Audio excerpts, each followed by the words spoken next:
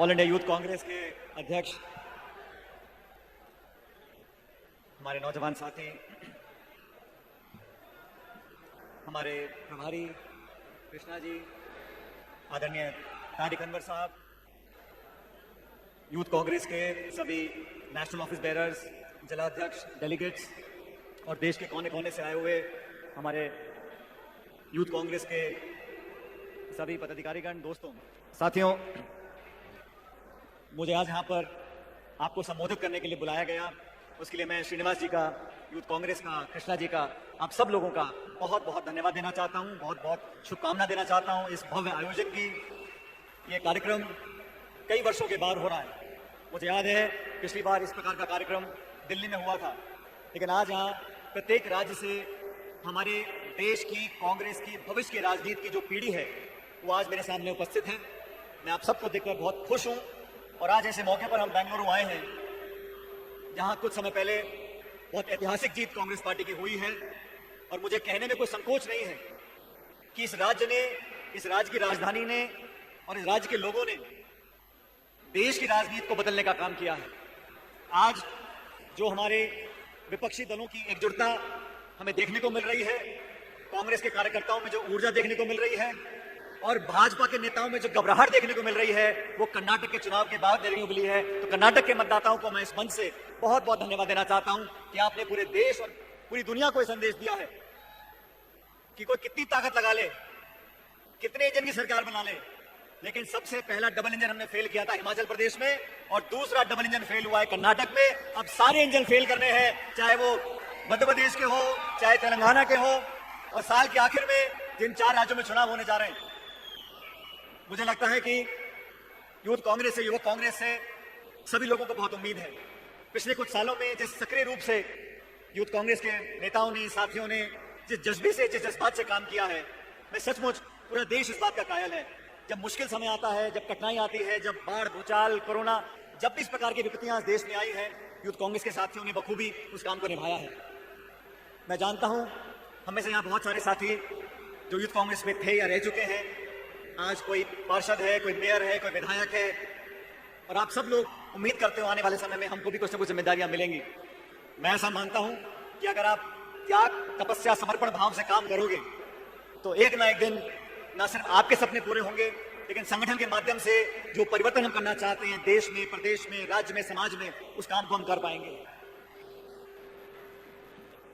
मेरे को राजनीति में लगभग 22 साल हो गए और इन 22 सालों में मुझे कांग्रेस पार्टी ने बहुत सारे अवसर दिए। मैं दिल्ली में मैंने काम किया, प्रदेश में काम किया, सांसद के रूप में काम किया, केंद्र के मंत्री के रूप में काम किया, लेकिन जिस काम में सबसे ज्यादा मजा मुझे आया, अब ठीक है, जिस काम को करने में मुझे सबसे ज्यादा आनंद आया, सबसे ज्यादा संतोष मुझे मिला, तो मेरे वो 5 साल जब मैं प्रदेश कांग्रेस कमेटी का अध्यक्ष था, राजस्थान में विपक्ष में हम लोग थे, वो 5 साल। और ये बात मैं इसलिए कह रहा हूं क्योंकि मुझे कभी भी यूथ कांग्रेस में किसी पद पर काम करने का मौका नहीं मिला, क्योंकि कुछ ऐसा संयोग बना कि बहुत कम उम्र में मुझे चुनाव लड़ने का मौका मिल गया और मैं 26 साल की उम्र में लोकसभा का सदस्य बन गया। तब यूथ कांग्रेस में मुझे काम करने का मौका नहीं मिला, लेकिन उम्र मेरी 30-32 साल की थी जब मैं प्रदेश अध्यक्ष बना 2014 के जनवरी में। अब मैंने कहा जब मुझे यूथ में काम करने का मौका नहीं मिला तो मैंने पीसीसी को यूथ कांग्रेस बना दिया। और फिर हम लोगों ने 5 साल तक वसुंधरा राजे की सरकार थी। वसुंधरा जी का बहुमत था 163, 200 सीटों में से 163 उनके विधायक थे, 25 के 25 सांसद थे, नरेंद्र मोदी जी नए प्रधानमंत्री बने थे। तो बहुत विपरीत परिस्थितियां थी उस समय प्रदेश के नौजवानों ने। और मैं इस मन से बोलना चाहता हूं, उस समय हमारे जो यूथ कांग्रेस के साथी थे उन्होंने मेरे साथ कंधे से कंधा मिलाकर जो संघर्ष किया, आज उसकी बदौलत हम लोग मजबूती से खड़े हैं हमारे प्रदेश के अंदर और देश के अंदर। वो जो धरने थे, भूख हड़ताल थी, लाठीचार्ज था, जेल में गए, डंडे खाए, लाठियां खाई, खून पसीना बहा, लेकिन उस मेहनत करने से जो जज्बाती एकता, जो भावनात्मक जुड़ाव हमारा पैदा हुआ, वो आज भी मुझे जिस प्रदेश में जाता हूं, जिस जिले में मैं जाता हूं, वो देखने को मिलता है। और बहुत से मेरे साथी बोलते हैं कि समय निकल रहा है, हम 30 साल के हो गए, 35 साल के हो गए, 40 साल के हो गए, और ये बात सही है, जो समय निकल जाता है वापिस नहीं आता। लेकिन एक ना एक दिन वो समय आएगा जब कलम आपके हाथ में होगी और ताकत आपके हाथ में होगी। और एक बात और मैं कहना चाहता हूं कि बिना मेहनत के, बिना संघर्ष के अगर आपको कुछ मिल भी जाए तो उसका स्वाद नहीं आता। वो तो लड़के संघर्ष करके जब कुछ मिलता है तब उसका एहसास हमको रहता है हमें आज कुछ मिला है। इस 3 दिनों में आप लोग अनेक लोगों के भाषण सुनोगे। अभी मुख्यमंत्री जी ने भाषण दिया, अनवर साहब ने भाषण दिया, प्रदेश अध्यक्ष जी ने भाषण दिया, सुशांत जी ने आपको संबोधित किया, और आप लोग देश के अलग अलग कोनों से आए हो। इस बात को समझ लो कि आने वाला समय इंडिया का है, हम सब उन लोगों का है जो विपक्ष की आज पार्टियां हैं, लेकिन आज का विपक्ष आने वाली सत्ता वाली पार्टी है, और कांग्रेस पार्टी वो दल है जो देश में भाजपा को चुनौती देकर हरा सकता है। हमारे क्षेत्रीय दल, उनको हम साथ लेके चलेंगे, लेकिन कश्मीर से कन्याकुमारी तक 543 लोकसभा क्षेत्रों में अगर कोई झंडा, कोई कार्यकर्ता, कोई मतदाता, कोई समर्थक है तो कांग्रेस पार्टी का है। और आप लोगों के ऊपर बहुत बड़ी जिम्मेदारी है। आप अगर उस जज्बे को और बनाए रखोगे, अभी 4-5 महीने के बाद विधानसभा के चुनाव हैं और 10 महीने के बाद लोकसभा के चुनाव हैं। भारतीय जनता पार्टी की सरकार ने केंद्र में जो शासन दिया है 9 साल का, वो हम सबके सामने है। आप कितने भी विज्ञापन छपवा लो, कितने इश्तिहार दे लो, कितने अखबार में ऐड दे लो, लेकिन हकीकत छुपी नहीं है। हर मोर्चे पर सरकार फेल है, लेकिन जनता को इस बात का एहसास कराना हम लोगों की जिम्मेदारी है। हम लोग विरोध करते हैं, हम लोग वैचारिक विरोध करते हैं, नेताओं का विरोध करते हैं, नीतियों का विरोध करते हैं, लेकिन हमारी भाषा हमेशा मर्यादा में रहती है। हम विरोध भी करते हैं तो उन शब्दों का प्रयोग करते हैं जो एक मंच हम लोग बोल सकते हैं। और केंद्र की सरकार के साथी किस भाषा का प्रयोग करते हैं? आज जो मणिपुर की घटना घटी, पूरे देश में आज लोग जवाब मांग रहे हैं, जवाब देने को कोई तैयार नहीं है। आज नौजवान परेशान है, समाज में आज आक्रोश पैदा हुआ है, महंगाई चरम सीमा पर है, लाखों लोग देश छोड़ के जा रहे हैं, लेकिन जवाब देने को तैयार कोई नहीं है। भाजपा के किसी साथी ने झूठे मुंह ये नहीं बोला कि महंगाई कम करने की कोशिश भी करेंगे। हर मोर्चे पर जो सरकार फेल हो उसको बेनकाब करने का काम युवक कांग्रेस का है, आप लोगों का है, हम लोगों का है। और मैं इस मन से बोलना चाहता हूं साथियों, अपनी बात को रखना, मुद्दों के लिए संघर्ष करना, नौजवानों की बात को रखना, ये आपका मेरा हम दोनों का धर्म है और कर्तव्य है।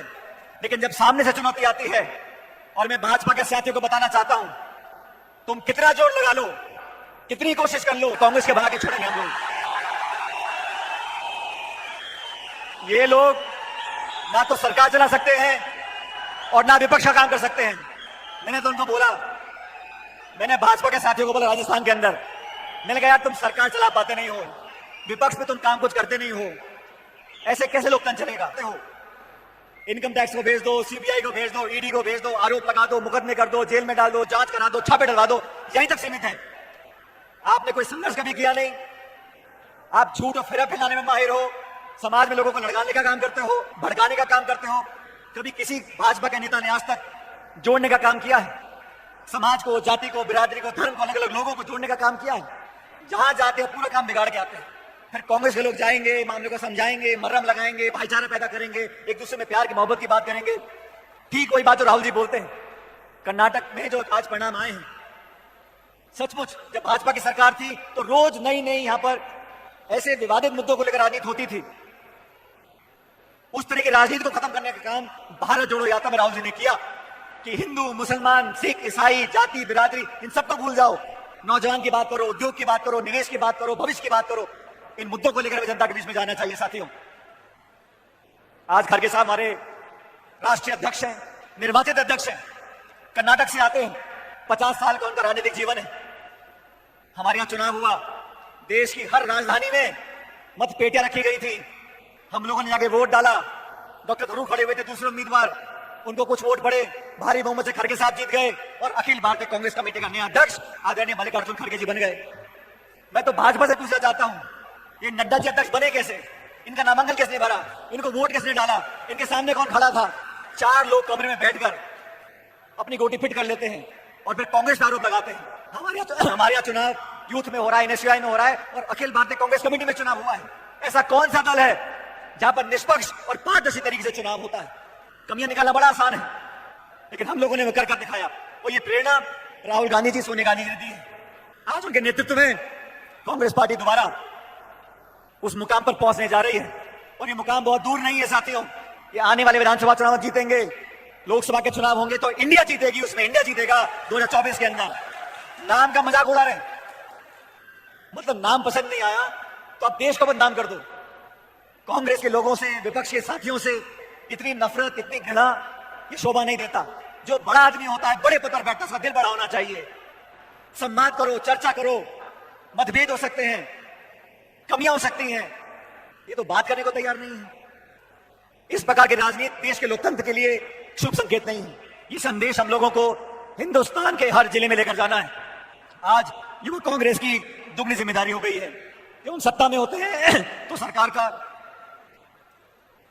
का प्रचार करना होता है। जब विपक्ष में होते हैं तो हमें सबको साथ लेकर चलना पड़ेगा। केंद्र सरकार की, भाजपा की जो नीतियां हैं उसका खुलासा कर जनता के बीच में जाना पड़ेगा। मैं अध्यक्ष जी को बहुत बधाई देता हूं।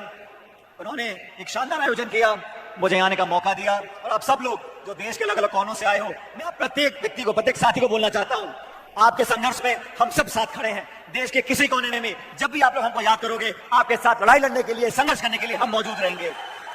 और आप लोगों को निमंत्रण देके जा रहा हूं। अभी इन 4 राज्यों में चुनाव है। हम मध्य प्रदेश जीतेंगे, छत्तीसगढ़ जीतेंगे, राजस्थान जीतेंगे और तेलंगाना भी जीतेंगे। और हम सबको मिलकर अब इन 4 राज्यों में पूरी ताकत लगानी है। जहां जहां हमारी जरूरत पड़ेगी आप सब लोग जाओगे, ऐसे मुझे पूरा विश्वास है।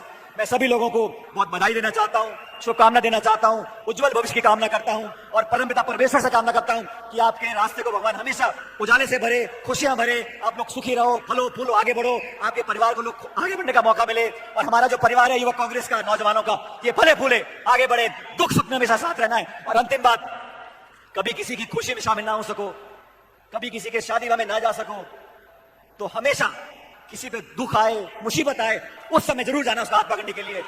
और आप सब लोगों का मैं बहुत बहुत धन्यवाद देता हूं। आपने इत्मीनान से मेरी बात को सुना, मुझे यहां पर भी बात रखने का मौका मिला, मैं आपका बहुत आभारी हूं। मेरे साथ जोरदार नारा दो, जय हिंद। पीछे वाला कोई नहीं बोल रहा, जय हिंद।